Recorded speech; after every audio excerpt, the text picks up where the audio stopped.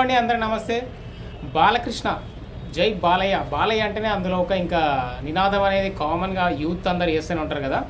So ఈ బాలయ్యకి మాత్రం ఇన్ని రోజులకి ఈరోజు ఢిల్లీలో పద్మభూషణ్ అవార్డు అయితే రాష్ట్రపతి చేతుల మీద తీసుకోవడం జరిగింది. ఆయన పంచకట్టులో వెళ్ళిరు అక్కడికి. నిజంగా అంటే మన తెలుగు తన ఉట్టిపడేలా పంచకట్టు కట్టుకొని మరీ అయితే ఆయన అయితే తీసుకున్నాడు. ప్రజెంట్ ఆ వీడియోస్ అయితే బయటకు వచ్చినాయి. సో ఆయనతో పాటుగా తెలుగుదనం ఉట్టిపడేలా డాక్టర్ దూరి నాగేశ్వర్ రెడ్డి ఆయన పద్మవిభూషణ్ ఇచ్చారు.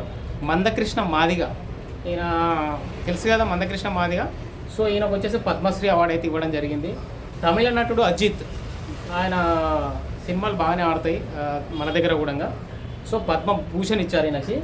అండ్ ఏపీకి చెందిన కేఎల్ కృష్ణ, మాడుగుల నాగఫణి శర్మ, మిరియాల అప్పారావు, రాఘవేంద్రాచార్య పద్మశ్రీ వీళ్ళకి ఇవ్వడం అయితే జరిగింది.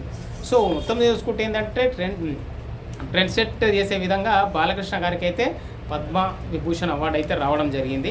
సో దాని గురించి అయితే ప్రజెంట్ సోషల్ మీడియాలో ఈరోజే అది ట్రెండింగ్ అనేది వెళ్ళింది.